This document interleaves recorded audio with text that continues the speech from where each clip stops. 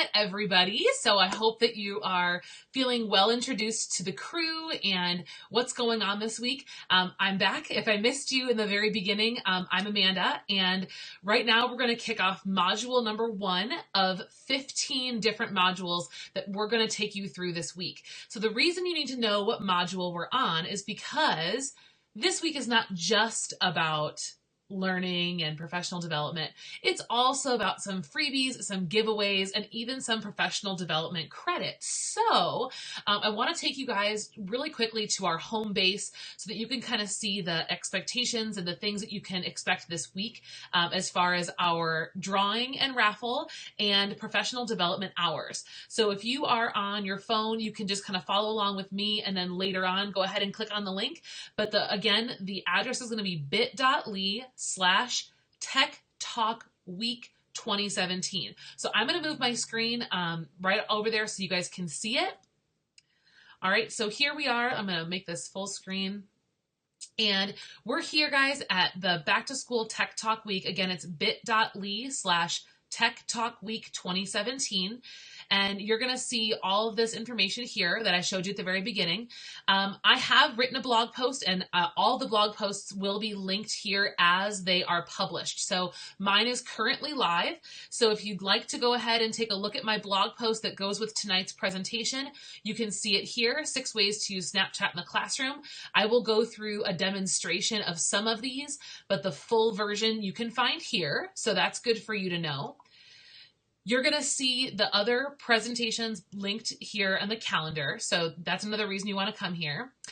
But the biggest reason you guys want to be at bit.ly/Tech Talk Week 2017 is to enter our TPT gift card raffle. There are a couple of special TPT surprises coming up this week, I'm sure you're anticipating, and a gift card would be really useful for you. So we are giving away 2 prizes, 2 $50 gift cards, and the way to enter is by coming here. You guys would enter the raffle here by entering either your email or your Facebook. You can refer friends. You can visit us on Instagram. You can pin one of our blog posts. That gives you kind of 4 free entries. But what's really awesome is that every single time we broadcast, we're going to ask you an exit ticket question. So at the end of today's broadcast, I'm going to ask you a question, and I can't click on this because I've already done this, but we'll pretend like I didn't.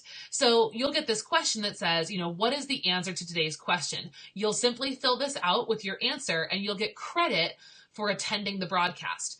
So we are having our raffle on Saturday night, 8-5, which is August 5th, and we're going to raffle off those 2 gift cards. So you want to have as many entries into the raffle as possible to win those gift cards. But what we're also going to do is we're going to write up certificates for professional development for everybody who completes all 15 modules. So if you watch all 15 episodes this week, we're going to make a certificate for you that you can hand off to an administrator, to your school, that says, I participated in 2.5 hours. It's going to equate to 2.5 hours of professional development. So as long as we get your answers here for modules 1 through 15 by September 5th, you'll be eligible for that certificate.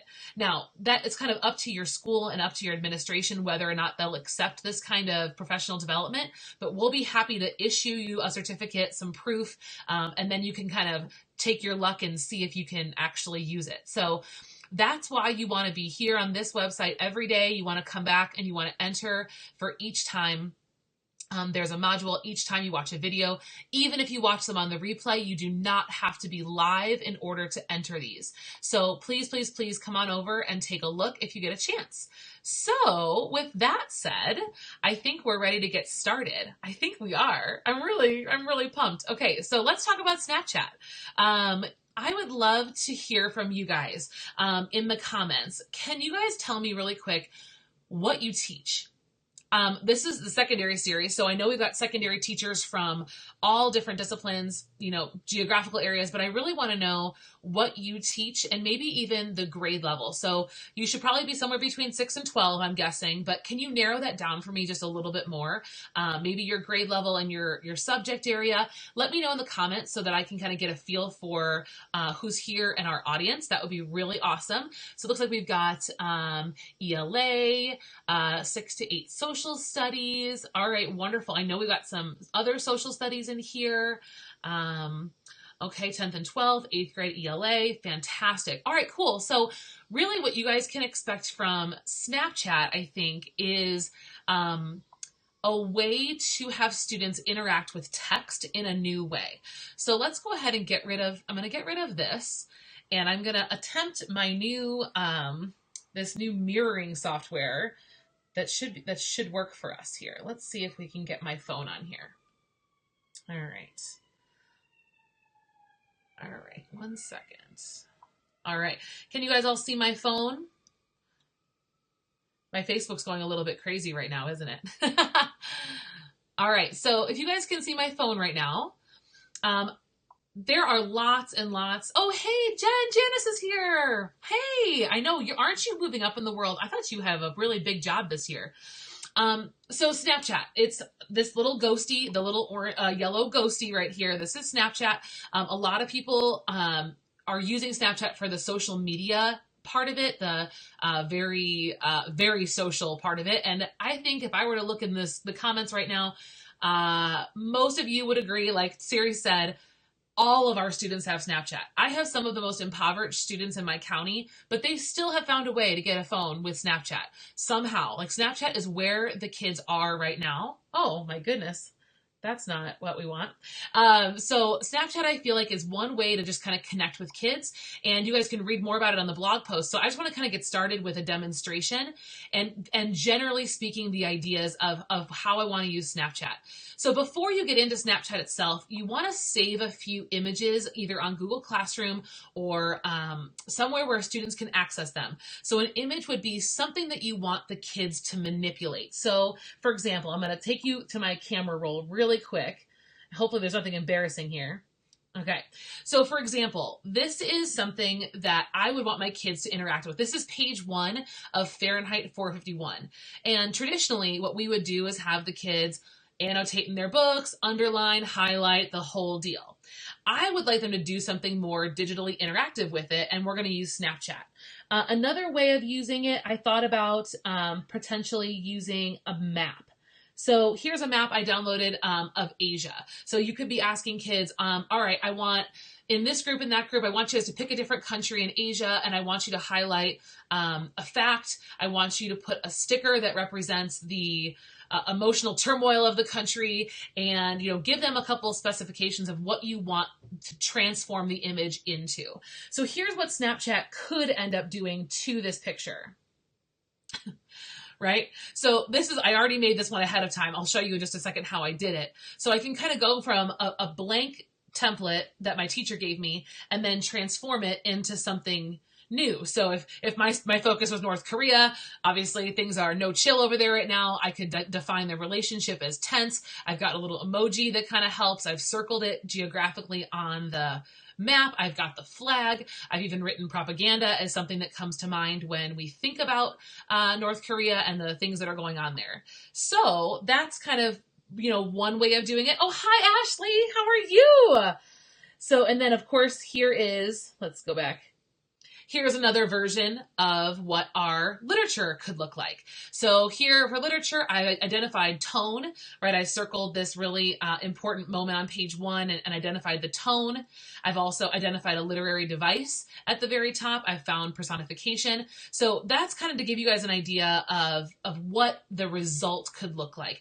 And if you guys look at the blog post, you'll see all 6 different ideas, and I'll revisit those at the end. But let me show you really quick how this works in Snapchat for those of you who are new. So you're going to open up Snapchat. Okay. And once you're in here, I'm going to use my mouse really quick to show you. At the very bottom, this little button will take you to your gallery or to your camera roll. All right, I am on an iPhone, just so that everyone knows. I'm not sure if all of my directions will apply to an Android, but this is for iPhone. So you're going to want to click here at the bottom, and that will take you to your gallery. So what you need to do as a teacher is make sure that kids have what you want to give them already saved on their camera roll. So either they're going to take a picture that they're going to use, or you're giving them a picture to use, and they're going to take it, you can put the picture on Google Classroom and the kids can pull that up through their phones. Again, these are all just kind of quick tutorials. You can read more about it on the blog. If you guys take a look, one of my suggestions in the 6 is to use this for vocabulary instruction. So if I wanted the kids to talk to me about the word conformity, a student might find this picture. Okay, so if they found this picture, they're going to find it out of their camera roll, hit edit and send, and then this little marker right down here is going to let them edit. Okay, so now I'm in edit mode. You guys can see all of these different options, right? So there's text, doodling, stickers, you can cut pieces out, you can attach files, you can change the artistry of the piece, and this little timer is if they're gonna be adding it to their stories. For me, I don't care about the stories, I just want them to manipulate the image. So that's really what this is for. So if I wanted to use the text function, I would hit the T for text. I can write, conformity. If I had time, I would write the definition, but I'm just going to do this for fun here, just so you guys know. Did I spell it right? Okay, so conformity, I can hit the text button again, and that will change. Oh no, please don't take me to Instagram. Sorry, guys. I accidentally tapped that. Come on, phone. Sorry, guys. I should have turned off all my notifications like a good girl. Oh my goodness. All right. So now we're back. So then when I'm done, I just hit done. Done. And then I can leave it here. I can click and drag it on my screen however I want. Then I can go to the doodles, which is kind of cool. Here's the shifter to change the color of whatever I'd want to do. I could point out what makes this conformity. Right, I can even change it to the icons by hitting that heart. This lets me change what my lines look like.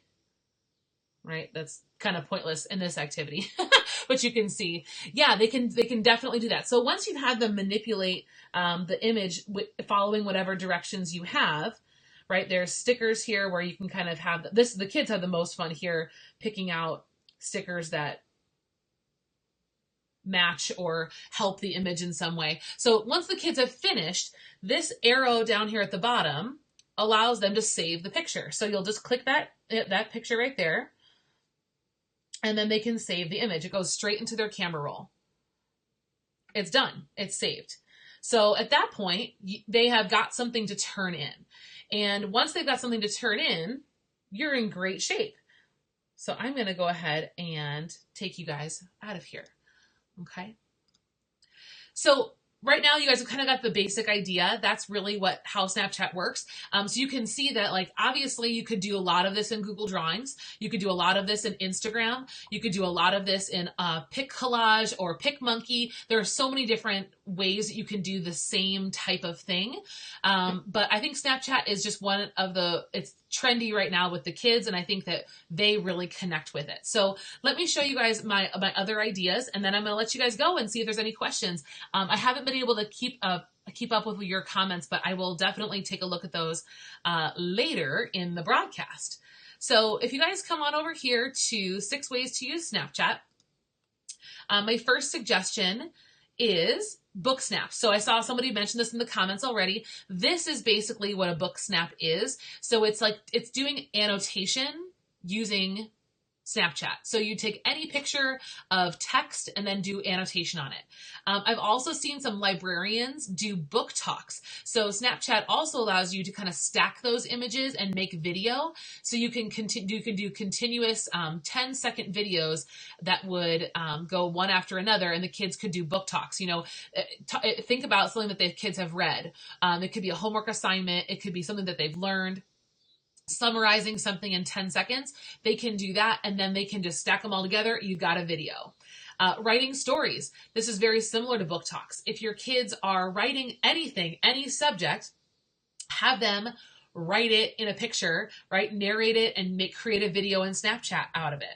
My students, number 4, one of the things that we did this year was a service learning project, and all of the kids had to raise awareness about a social justice issue. So if your topic was homelessness, your job was to create a Snapchat story and engage a certain number of viewers. That was a really cool way to use the social aspect, because kids could say, all right, I'm going to make this video and I want everyone to learn about bullying. And I'd have them set a goal for how many views they want to get. I'd say, all right, how many views can you get? And the kid's like, oh, I can get 200 views. I can get 200 people to watch this. I'm like, all right, awesome. And they'd come back a couple days later and be like, oh man, only like 60 people watched it. And so we talk about like, okay, well, let's look at what you made. Like, let's look at the quality of your video. Like, was it something that people wanted to keep watching? Did they watch the first part and then drop off in the next 2 or 3 frames? That's a really interesting way for kids to set goals and talk about like real life social media management. This is a real job for people. Some people, their job is to sit at a computer and manage the social media for an entire organization. I'll post another link too. There's something called the Shorty Awards, and the Shorty Awards are given to social media campaigns that are massively successful in raising money for a nonprofit.